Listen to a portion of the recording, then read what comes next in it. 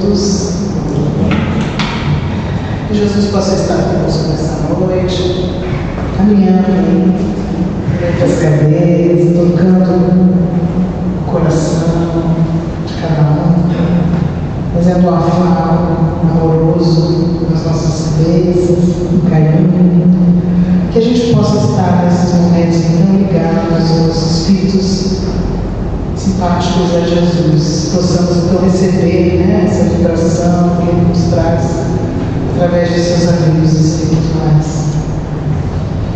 Nós escolhemos hoje para falar um tema retirado de um dos capítulos do Evangelho segundo o Espiritismo, que é o capítulo Honrai vosso Pai e vossa Mãe, e que fala sobre algumas passagens de Jesus com a sua família, e fala também dos verdadeiros laços existentes entre os espíritos que reencarnam com a mesma família. Então, sobre esse assunto que nós vamos refletir hoje. Quando nós nos propomos a vir para o planeta Terra de novo, ou seja, quando a gente resolve reencarnar, ou alguém diz para a gente que está na hora de reencarnar, não é da noite para o dia, sabe-se que a preparação para a reencarnação é uma preparação longa, que requer bastante planejamento, é um projeto muito bem feito, com pessoas, espíritos que auxiliam esse espírito que vai reencarnar a encontrar não só, principalmente, o pai e a mãe para darem o que ele precisa receber para essa nova encarnação, mas também tudo que se refere ao corpo desse, o corpo que será gerado e vai receber esse espírito. Divaldo Franco fala sobre a embriogênese espiritual. E antes de nós falarmos dos laços espirituais existentes dentro de uma família, a gente deve se lembrar que, inicialmente, o que o espírito vai preparar é o corpo para recebê-lo, não é? Porque ele vai se ligar no momento da concepção, ele vai se ligar a esse óvulo fecundado e vai influenciar aquela carga genética que está ali presente no óvulo e no espermatozoide, vai influenciar através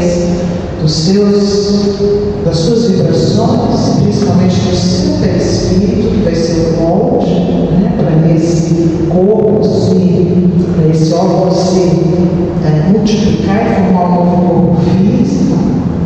Então, há já ali, no momento da concepção, essa ligação do espírito com aquele óvulo recém-fecundado. Portanto, não há dúvida entre nós espíritas, e segundo as obras espíritas, de que o espírito se liga ao seu corpo, ao futuro corpo, no momento da concepção. E antes disso, ele fez todo um planejamento para vir à Terra. Para esse planejamento, venha a ser levado em conta muitas coisas.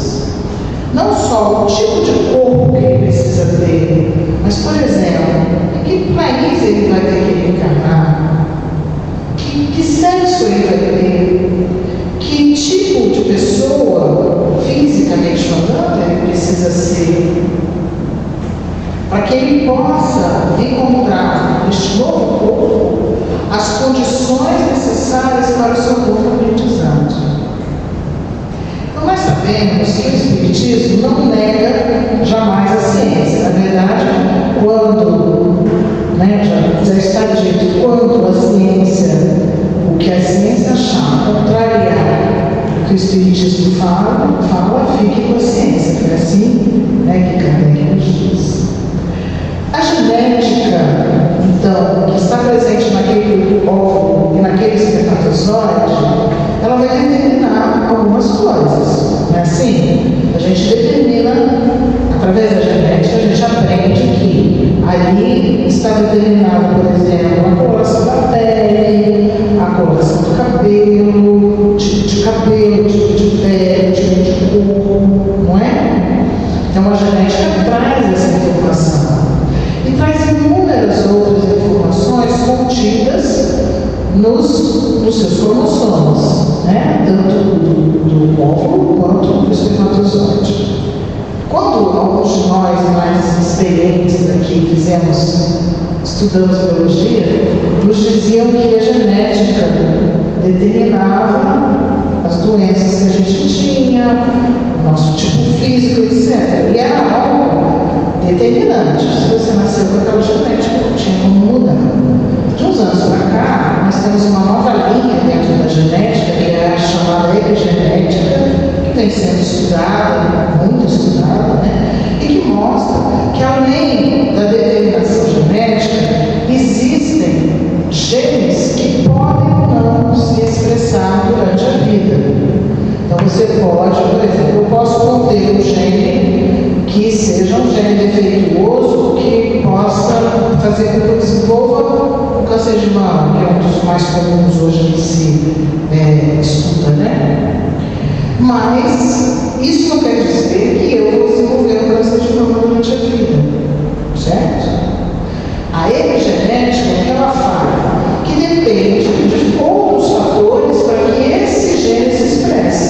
É como se nós tivéssemos uma chave elétrica ali pronta para ser ligada, mas ela pode ou não ser ligada durante a sua vida. E o que faz com que ela se ligue, né, que a gente chama de expressão gênica, né? O que faz com que o gene se expresse? São vários fatores externos, né, que vão ligar, vão dar estímulo para que esse gene se expresse. Por exemplo, alimentação, estilo de vida, pensamentos, comportamentos. E alguns desses estímulos são diretamente ligados à nossa personalidade. O que é a nossa personalidade? É o que nós somos como espíritos, não é verdade? Então, quando nós nos propomos a vir um determinado ovo, né? O óvulo mais espermatozoide, que já contém uma carga genética, nós acrescentamos ali uma terceira variável, que é o pensamento, o comportamento, a forma de agir do espírito, porque o espírito já estava formado, não é? O corpo, a carne, vem do corpo, né? A carne vem da carne, o corpo vem do corpo, mas o espírito já existia, ele se ligou àquela célula fecundada, né? Então, ele traz a sua experiência de outras vidas. E se esse espírito, então, trazendo essa experiência, vai influenciar essa carga genética para que determinados genes se expressem, por exemplo, uma pessoa que se torna violenta ao longo da vida, todas as outras coisas, né, vai depender também desse estímulo do espírito. Então, a genética hoje, nós entendemos, né, e se estuda bastante isso, ela não é determinante. Mais determinante do que a genética é tudo que está em volta daquele corpo físico que vai influenciar aquela genética. E um dos pontos mais importantes é o próprio pensamento daquele espírito. Então eu posso modificar, mais um sinal, né, de que eu posso modificar totalmente a minha vida material, dependendo de como eu vou pensar, de como eu vou agir, de como eu vou atravessar essa encarnação. Então, quando o espírito se programa para vir, ele vai fazer um planejamento do que ele precisa, né? Olha, eu preciso ter uma experiência no corpo de mulher, por exemplo, porque algumas coisas em outras vidas que são inerentes às mulheres eu não aprendi, né? Então, ele já vai determinar, já vai procurar, né, óvulo fecundado com o sexo feminino. Eu preciso aprender a usar melhor a riqueza que eu tive numa vida e que eu desperdicei. Então, muitas vezes ele vai escolher uma família com poucos recursos, para que ele possa aprender a utilizar melhor os recursos materiais, a desperdiçar da forma. Então, há uma série de variáveis que entram nessa equação para dar aquela que hoje os jovens chamam de match, né? Então, o match, né? Que é combinar tudo para dar certo. Então, são vários fatores. Por isso, demora tanto a programar uma reencarnação. Além disso, existem laços, tanto positivos quanto negativos, inerentes ao espírito, que podem também atrair esse espírito para determinada família, para que a carga genética dessa família forme um corpo, para que esse espírito reencarne ali. Então, os amigos de muitas reencarnações, espíritos simpáticos de muitas encarnações, espíritos que durante muitas encarnações estão trabalhando juntos, com missões semelhantes, auxiliando uns aos outros, podem então se reunir de novo numa nova família, com uma nova composição, às vezes com papéis trocados dentro daquela família, filhos de uma vida vindo com pais e vice-versa, né, para continuarem os seus trabalhos, que seriam os laços simpatizantes, né?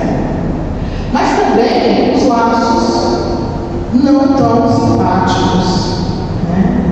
Atrações, muitas vezes, de pessoas, de espíritos antagônicos, que durante muitas encarnações podem até ter sido inimigos, muito inimigos uns dos outros, né? Chegando a um ponto de tanta aversão espiritual, de tanta aversão energética, que não poderiam habitar ou morar próximos se não fossem parentes, se não fossem laços de sangue.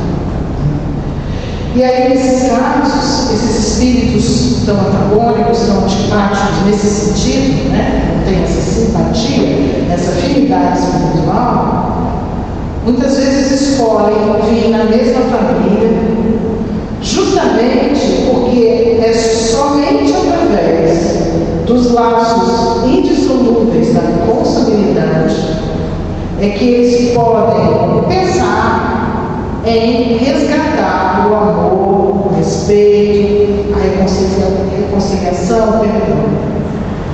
Vamos destrinchar um pouquinho mais isso aí, né? Vamos supor que alguém, um espírito, assassinou um outro numa determinada vida, né? Uma pessoa assassinou a outra numa determinada vida. Passa a ter, então, a ver um antagonismo muito grande, não é? De quem foi subtraído da vida por aquele assassino ou algo, né?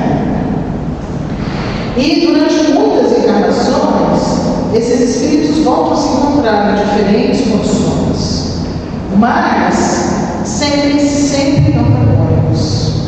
São aqueles espíritos que, ao se aproximarem dos encarnados, sentem uma energia ruim, sentem antipatia um pelo outro, sentem raiva, ou às vezes até são inimigos mesmo, discutem, têm ideias contrárias, etc. E muitas vezes essa necessidade de conciliação ela só consegue se iniciar se os laços de consanguinidade passam a existir entre esses dois espíritos.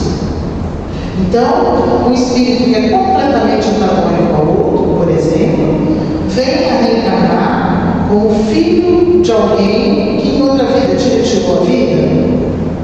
Então, alguém te retirou a vida, nessa encarnação passa a ter a missão, né, a função de lhe trazer vida. Já começa aí,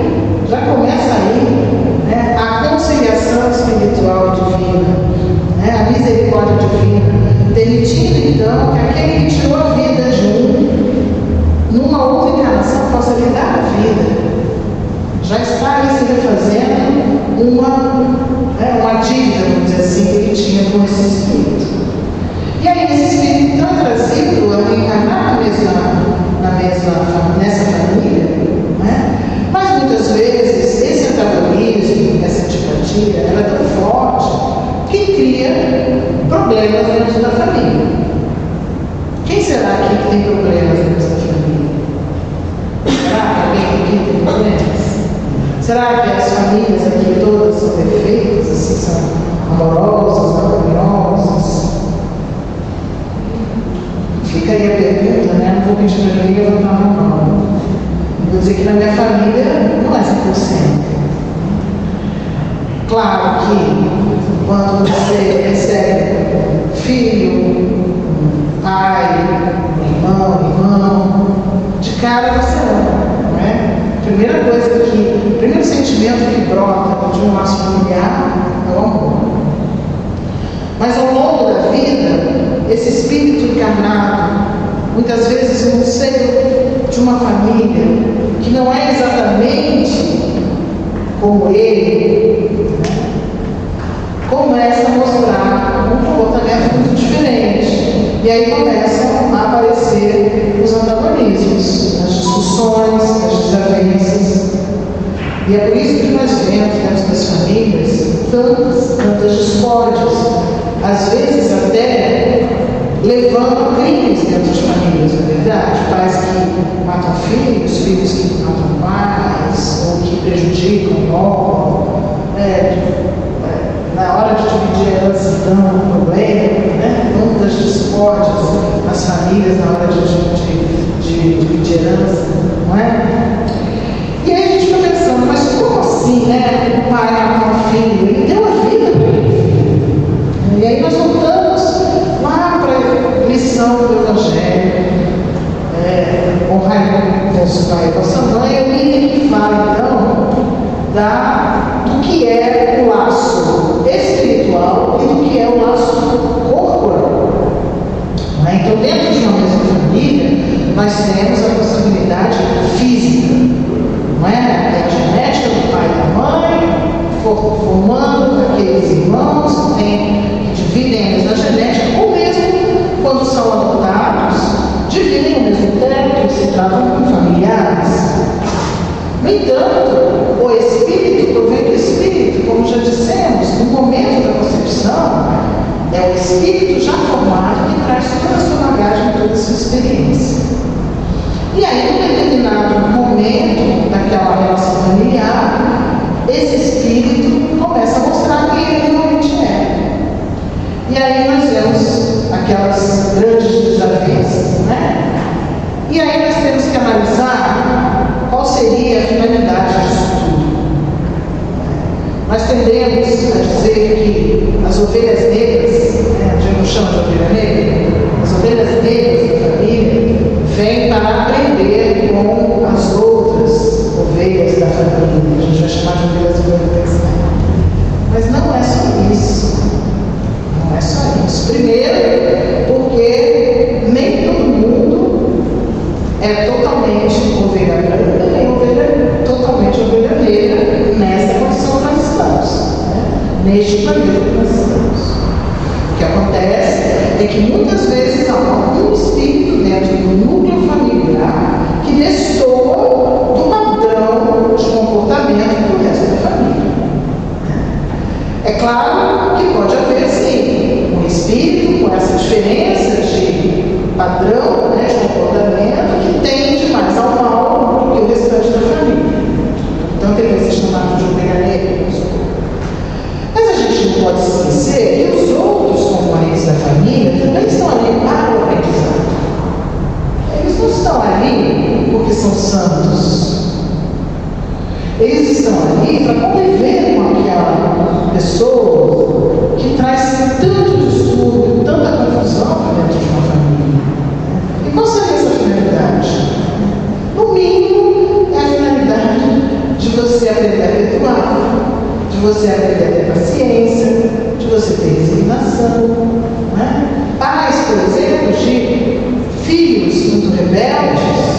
que apesar de terem recebido a mesma educação dos meus mais filhos, há sempre aquele que distorce os outros, porque ele é um espírito diferente dos outros.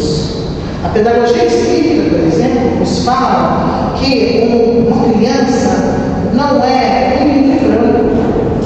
Ela traz a bagagem espiritual de outras vidas. Então a educação, ela pode ser igual para todos, mas a absorção dessa educação, a resposta a essa educação vai depender também do que esse espírito trouxe de outras vidas. Então, dentro de uma mesma família, com a mesma educação, com a mesma orientação, nós temos consequências diferentes. Espíritos que vão crescer diferentes, adultos que vão se tornar muito diferentes em si. E aí nós temos aquela criatura, aquele espírito que está ali para aprender muitas vezes com os demais, mas temos também os demais para aprender a ter paciência, a perdoar, não é? Porque a gente às vezes se coloca numa posição até meio arrogante, de uma pessoa que dá problema dentro de uma casa da gente diz, eu veio da minha beleza, sempre foi assim, deu muito trabalho desde pequeno e tal. Mas ele não veio só para aprender. Lembre-se, quem está ali como pai, como mãe, como irmão, está ali porque também precisa aprender com essa convivência. Não que ele seja superior a ninguém. Ele está ali porque ele precisa aprender. Muitas vezes é a paciência mesmo que ele precisa ter. Mães e pais de crianças rebeldes, de adolescentes rebeldes, sabem disso. Que às vezes a mãe e o pai não tem paciência com ninguém, mas com o filho, ele acaba tendo que aprender a ter, porque é filho. Os laços estão falando alto. Vejam então como é a organização e a misericórdia divina, no sentido de que tudo é aproveitado. Não é só aquele que está numa situação de desvio, e está caminhando no mal, que está ali para aprender, mas todos ao seu redor têm algo a tirar daquela situação, algo a, não vou dizer tirar, vou dizer a ganhar, naquela situação. Então, de se melhorar por isso. E assim são as famílias. Difícil encontrar uma família perfeita, uma família totalmente homogênea, sempre há as diferenças. Nesse capítulo, então, honrai nosso pai e nossa mãe, tem uma passagem, certamente conhecida de todos aqui, de Jesus, e pregava para vários de seus discípulos, num local bastante grande, muitas pessoas ouvindo a sua pregação, e alguém chega para ele e diz, mestre, seus irmãos e sua mãe estão lá fora lhe aguardando. Então a mãe de Jesus e os supostos irmãos, alguns dizem que Jesus tinha irmãos, outros dizem que não é comprovado, outros dizem que essa fala de Jesus não queria dizer obrigatoriamente que fossem irmãos de sangue, mas o Evangelho nos traz assim, então. Sua mãe e seus irmãos estão lá fora esperando. E Jesus, então, responde a esse devoto, Quem é meu irmão e quem é minha mãe? Quem são os meus irmãos e quem é minha mãe? E olhem para os ouvintes, Quem estava ali, para quem ele pregava, seus apóstolos e outros seguidores, e diz, todos aqui são meus irmãos, vocês são, meus irmãos, vocês são minha mãe. Jesus aí mostra, traz, como ele sempre faz, nas passagens da vida dele, ele aproveita para trazer o ensinamento, então, ele não está negando o seu parentesco, o seu amor pela sua mãe, pelos seus irmãos, mas, ao contrário, ele está ali nos mostrando que para ele, todos que estavam ali eram iguais, eram seus irmãos, eram sua mãe, eram seus amados. E que ele não interrompe a sua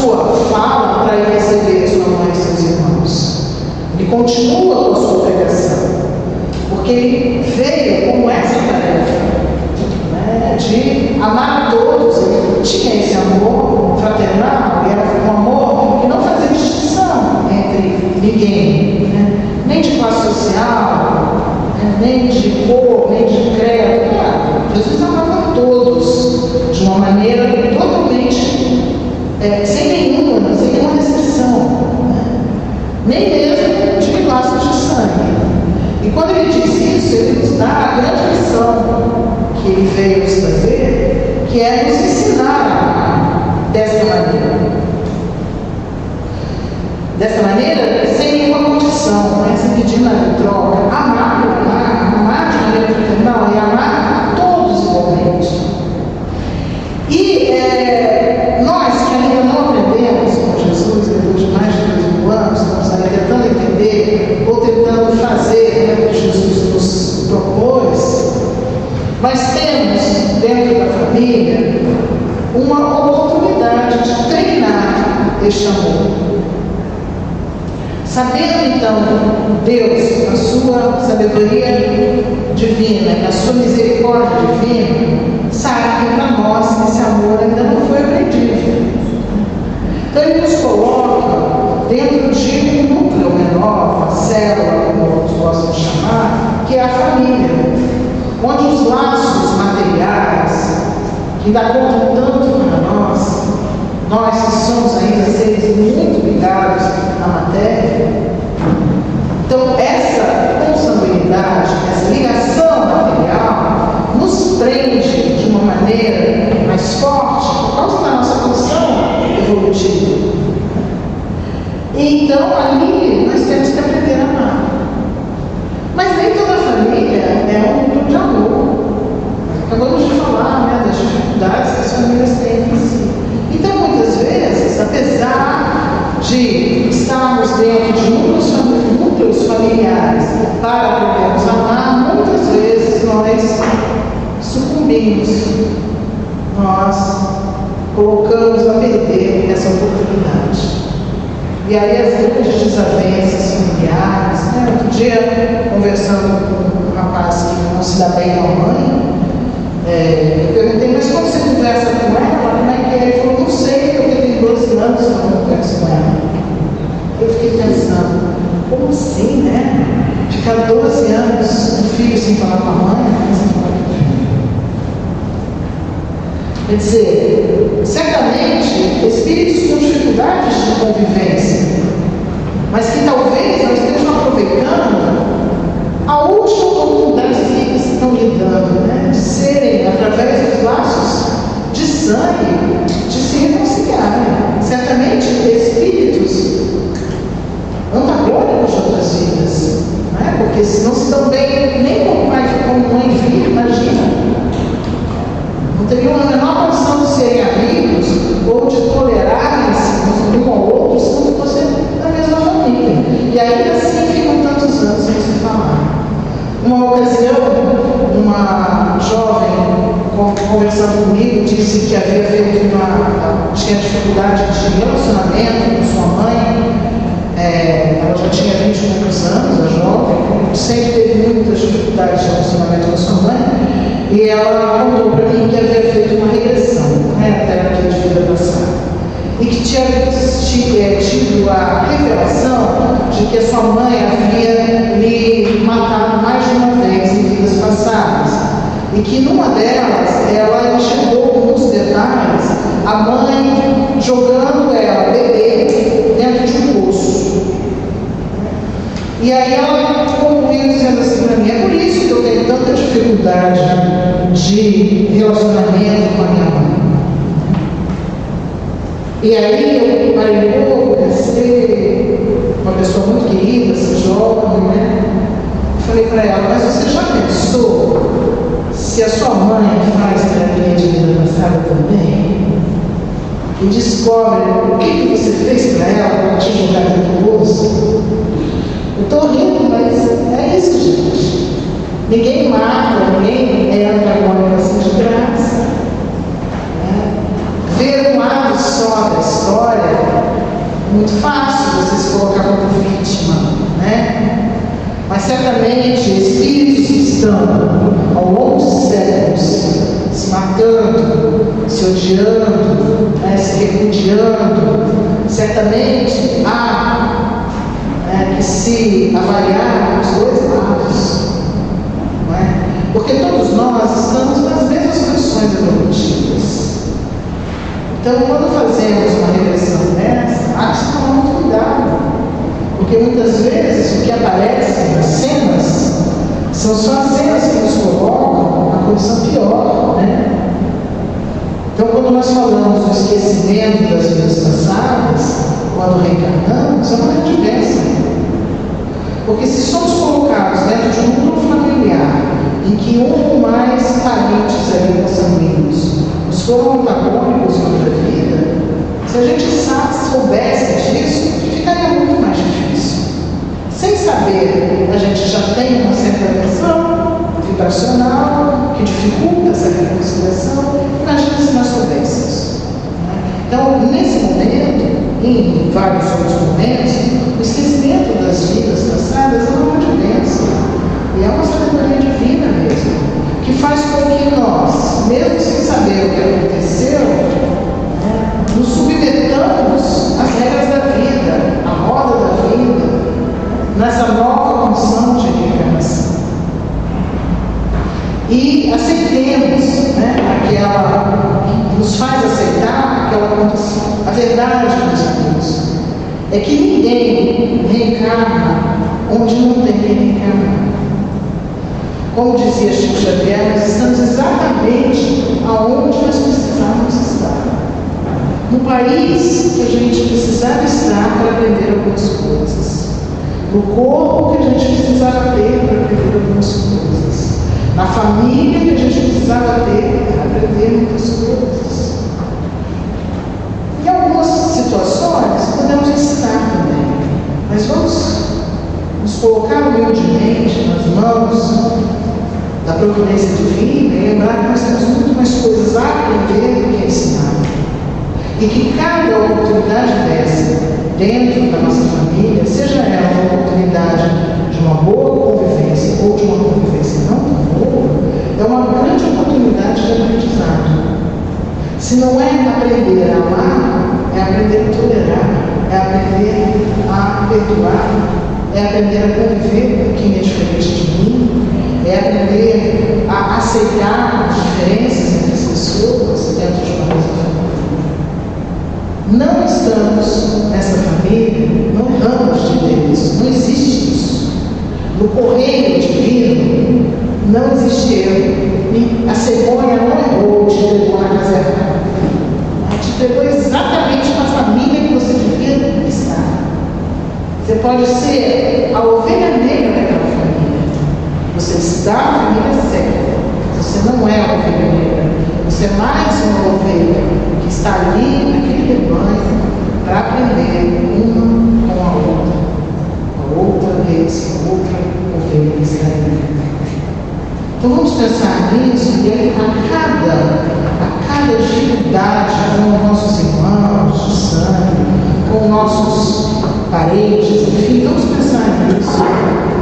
A gente às vezes fica tolamente dizendo, eu gosto mais dos meus amigos do que dos meus parentes. Sim, é fato. Muitas vezes nós encontramos amigos espirituais nos nossos amigos da vida. Mas lembre-se, se estamos encarnados numa família, nós temos alguma ligação com esses espíritos. Seja essa ligação qual seja, pode ser a primeira ou de muitas outras oportunidades que tivemos de estar juntos. Mas se estamos ali é porque temos algo a aprender e a nos melhorar. Vamos humildemente pensar nisso, e nas próximas guerras familiares que nós nos envolvermos, vamos pensar nisso e tentar aproveitar, porque Jesus nos disse naquele dia em que Ele olhou a todos como seus irmãos, como sua mãe, nós possamos enxergar então os nossos verdadeiros irmãos em todos aqueles que estão próximos de nós. Que nós saibamos aproveitar essas oportunidades. É tudo muito bem feito, é tudo muito bem feito. Não somos nós que vamos duvidar dessa engrenagem perfeita que é o processo reencarnatório, todas essas ligações que nos fazem aprender tanto. Verdade? Então essa é a nossa reflexão da noite. Espero que todos vocês possam continuar refletindo sobre suas próprias famílias, sobre os próprios sentimentos que unem os familiares que vocês têm, próximos ou não, e que nós possamos, nos casos de grandes discórdias, sermos aqueles que primeiro estendemos a mão, que damos a outra face, que oferecemos o perdão, damos uma nova oportunidade, para que a gente não perca mais uma vez a oportunidade de nos reconciliarmos com aquelas pessoas que muitas vezes estão esperando apenas um sinal para correr para o abraço e pedir perdão. Vamos pensar nisso, que Jesus esteja entre nós, que Jesus nos acompanhe sempre, que Jesus proteja as famílias, que são tão importantes para que a gente possa crescer como espíritos